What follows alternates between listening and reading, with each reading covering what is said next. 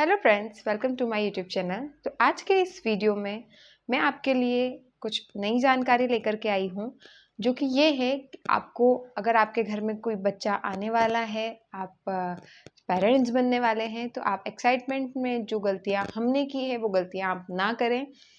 हमने कुछ प्रोडक्ट ऐसे थे जो कि खरीद लिए और जिनका कुछ यूज़ नहीं हुआ है, जिनको खरीदना आज तक रिग्रेट रहता है कि मैंने ये प्रोडक्ट क्यों खरीदे, वेस्ट ऑफ मनी था वो। तो कुछ ऐसे ही प्रोडक्ट हैं जो कि मैं आपको बताने वाली हूँ कि आप ताकि आप प्रोडक्ट बिल्कुल भी ना खरीदें और कुछ पैसे आपके बच सकें। तो ये वीडियो आपके लिए बहुत ज़्यादा हेल्पफुल रहने वाली है, तो इस वीडियो को पूरा देखिएगा। तो चलिए शुरू करते हैं। तो हमारा पहला प्रोडक्ट है जो कि बिल्कुल भी नहीं लेना चाहिए और मैंने ले लिया था। तो वो ये है कि जो वी शेप लंगोट आती है, जो कि बिल्कुल भी यूज़फुल नहीं होती है। उसमें जो चीज़ ढकना चाहिए वो बिल्कुल भी नहीं ढकती है। चाहे वो बॉय हो या गर्ल हो, उनके प्राइवेट पार्ट बिल्कुल भी कवर नहीं होते हैं और जो भी वो सुसु या सुसु करते हैं वो सब बाहर आ जाता है और बिल्कुल मैस हो जाता है। कुछ भी यूज़फुल नहीं है वो, तो वो चीज़ आपको बिल्कुल भी नहीं खरीदना है।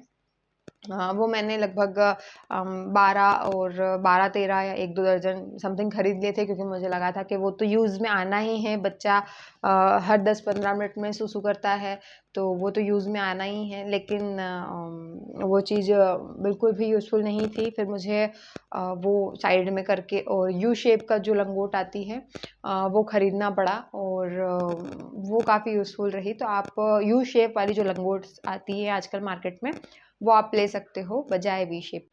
हमारी नेक्स्ट जो सेकंड चीज़ है जो कि हमें बिल्कुल नहीं लेना चाहिए, वो है क्लॉथ डायपर। जो मार्केट में अभी काफ़ी ज़्यादा वायरल है, मीशो पे भी काफ़ी मिलते हैं। मैंने वही देख लिए थे और वहीं से मैंने परचेज़ किए थे, मीशो से ही मंगवाए थे, जिनकी क्वालिटी भी इतनी अच्छी आती नहीं है। और क्लॉथ डायपर मतलब नहीं लेना चाहिए मुझे लगता है, क्योंकि जब बच्चा डायपर नॉर्मल हम डायपर उसको यूज़ करवाते हैं तो वो ऑब्ज़र्व कर लेता है और बच्चे को स्किन को इतना हार्म नहीं होता है जब तक स्किन मॉइस्चर है और हम टाइम टू टाइम अगर उसको चेंज कर रहे हैं, तो बच्चे को नॉर्मल डायपर जो होते हैं वो यूज़ करते हैं तब उतना नुकसान नहीं होता है। लेकिन जब हम क्लॉथ डायपर यूज़ करते हैं तो बच्चे को अगर गीला किया है तो बच्चे को फ़ील होता है और मॉइस्चर के कारण, नमी के कारण बच्चे को इन्फेक्शन होने के चांसेस ज़्यादा होते हैं। और बच्चा हमें पता भी नहीं होता है, क्योंकि वो बाहर से इतना कभी-कभी लीक हो जाता है और कभी-कभी लीक नहीं होता है। तो बाहर से पता नहीं चलता है कि बच्चे ने लीक किया, सुसु किया है या गीला किया है या नहीं। तो वो बच्चा फिर पता नहीं कितनी देर तक ही गीले में लेटा रहता है। तो मुझे वो चीज़ बिल्कुल भी यूज़फुल नहीं लगी। और सेकंड ये है कि उसको धोने में और सुखाने में, अगर आपका विंटर का टाइम है या बारिश का मौसम है, तो उसको सूखने में बहुत टाइम लगता है और धोने में भी काफ़ी ज़्यादा मेहनत लगती है उसको। तो इससे अच्छा है कि आप नॉर्मल नेपीज़ यूज़ करो, और अगर नेपीज़ यूज़ नहीं करना है आपको, तो आप नॉर्मल जो डायपर्स आते हैं अच्छी क्वालिटी के, वो आप यूज़ कर सकते हो। क्लॉथ डायपर मेरे लिए बिग नो है। तीसरी थर्ड जो नहीं लेना चाहिए था वो प्रोडक्ट है मिटन्स। मैंने मिटन्स आप ले सकते हैं, लेकिन आप सिर्फ 1 पेयर लीजिए, 2 पेयर लीजिए इनफ होता है। अगर इससे ज़्यादा आप मिटन्स खरीद रहे हैं तो आपको यूज़ में नहीं आएगा, क्योंकि बच्चा उसको यूज़ करता ही नहीं है, पहनता ही नहीं है। और अगर आप उसको 24 घंटे आप बच्चे को मिटन्स में और सॉक्स में रखेंगे तो बच्चा अपने हाथों को, फिंगर्स को फ़ील ही नहीं कर पाएगा। वो बार-बार मुँह में वैसे भी लेगा, अगर आप पहना हो या ना पहना हो उससे कुछ फ़र्क नहीं पड़ना है, वो तो मुँह में लेगा ही लेगा।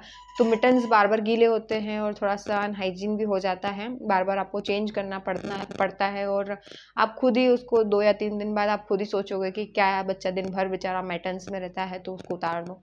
तो बिल्कुल भी यूज़ में नहीं आते हैं। मेरे एक बार भी यूज़ में नहीं आए हैं, सिर्फ़ 1 या 2 पेयर्स यूज़ में आए होंगे और उसके बाद में कुछ भी यूज़ में नहीं आया है मिटन्स। तो मेरे लिए मिटन्स बिल्कुल भी यूज़फुल चीज़ नहीं रही।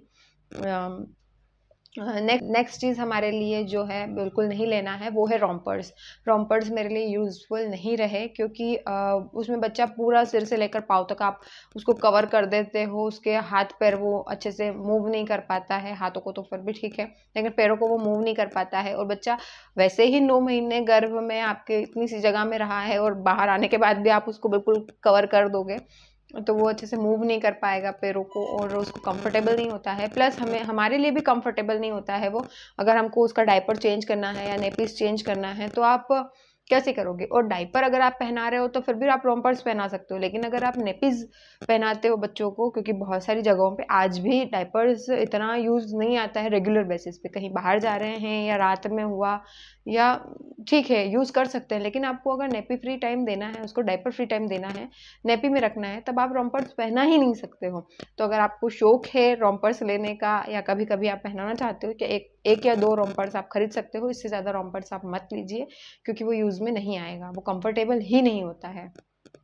नेक्स्ट हमारी जो चीज़ है जो कि हमें नहीं लेना चाहिए,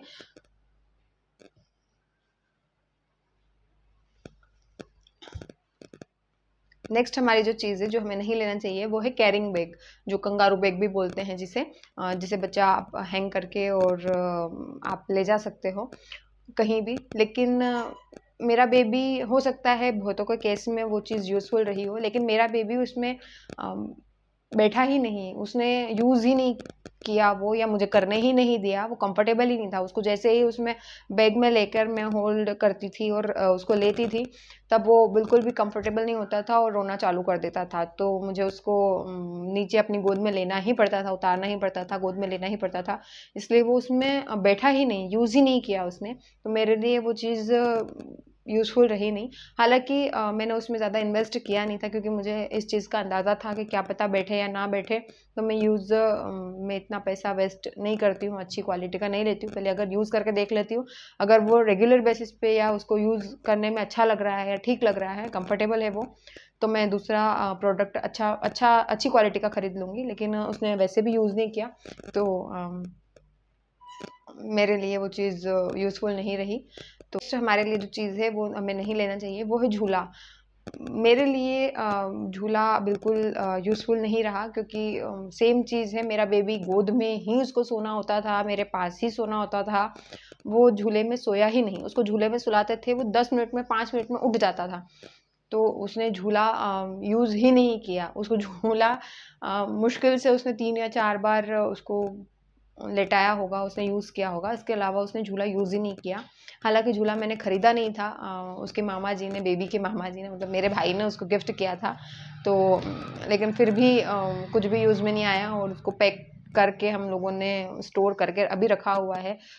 हो सकता है जब भी अगले बेबी का प्लान बने और शायद वो उसके यूज़ में आ जाए। इसके तो रिदित को तो बिल्कुल भी यूज़ में नहीं आया है वो चीज़, वो बैठा ही नहीं है, झूला ही नहीं उसमें।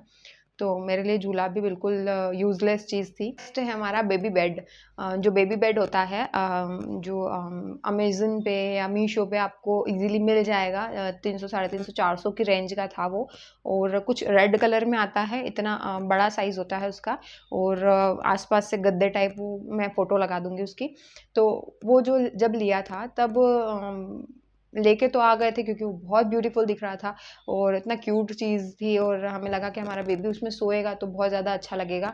लेकिन लेके तो आ गए थे, लेकिन वो बेबी 1 या 2 बार उसमें सोया होगा। उसके बाद में उसको थोड़ा टाइम हम लोगों ने उसको सुलाया, तब मेरा फ़रवरी का टाइम था। लगभग मैंने फरवरी में, 21 फरवरी को मेरी डिलीवरी हुई है। फरवरी को हम लोग लेके आए उसको, जब तक थोड़ी-सी हल्की-फुल्की ठंड थी, तब तक हम उसमें सुला पाए। उसके बाद में हमको उसको सुला ही नहीं पाए क्योंकि उसमें इतनी गर्मी लगती थी, और जैसे ही बेबी सवा महीने का हुआ, वैसे ही वो पलटी मारना शुरू कर देता है। तो वैसे भी वो इतनी छोटी-सी जगह होती है, वो पलटी मार ही नहीं पाएगा उसमें।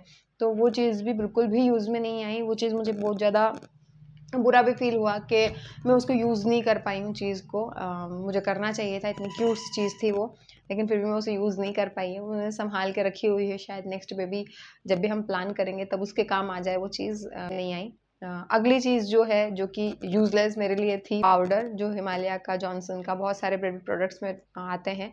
तो पाउडर मैंने खरीदे था, लेकिन वो यूज़ में नहीं आया क्योंकि डॉक्टर वगैरह, डॉक्टर जो होते हैं वो रिकमेंड नहीं करते हैं कि बेबी के लिए पाउडर आप यूज़ करो, क्योंकि वो उसके जो स्मॉल पार्टिकल्स होते हैं वो बेबी की नाक में जाने का डर रहता है, जिससे इन्फेक्शन होने के चांसेस होते हैं, उनको एलर्जीज़ हो सकती हैं।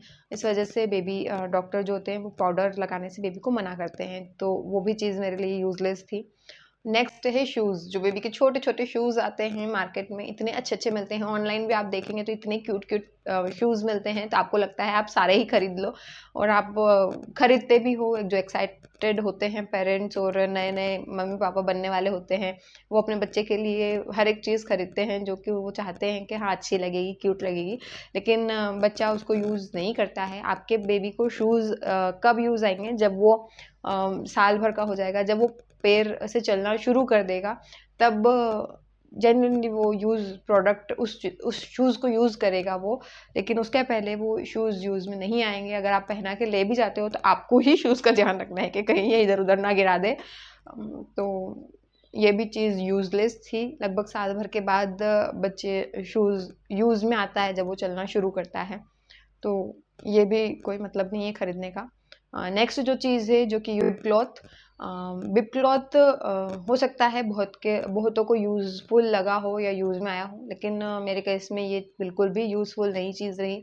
मैंने 4 से 5 खरीदे थे, अच्छी क्वालिटी के खरीदे थे, लेकिन कुछ भी यूज़ में नहीं आए हैं। बेबी ने यूज़ ही नहीं किए हैं वो, क्योंकि बेबी मेरा ही फीड लेता था। और उसके बाद में जब उसको सॉलिड देना शुरू किया, तब मुझे ज़रूरत ही नहीं लगी उस चीज़ की कि मैं उसको यूज़ करूँ बिब क्लॉथ को।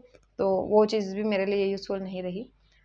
नेक्स्ट जो है और नेक्स्ट और लास्ट हमारी जो चीज़ है वो है स्वेडल क्लॉथ। तो जिससे बच्चे को मसाज वगैरह करके उसको स्वेडल करके और आप रख सकते हो।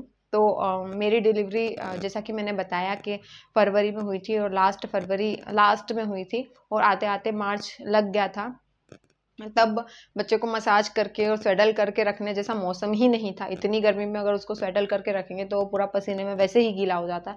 तो उसको चीज़ यूज़ में आई ही नहीं। मैं इतना अच्छा मसलिन का क्लॉथ लेके आई थी उसके लिए, स्वेडल क्लॉथ, लेकिन वो यूज़फुल नहीं रहा।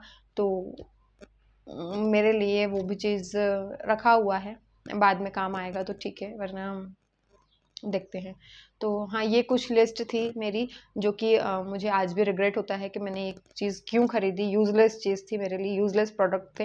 हालाँकि सँभाल के रखे हुए हैं सारे, नेक्स्ट बेबी में काम आएँगे शायद।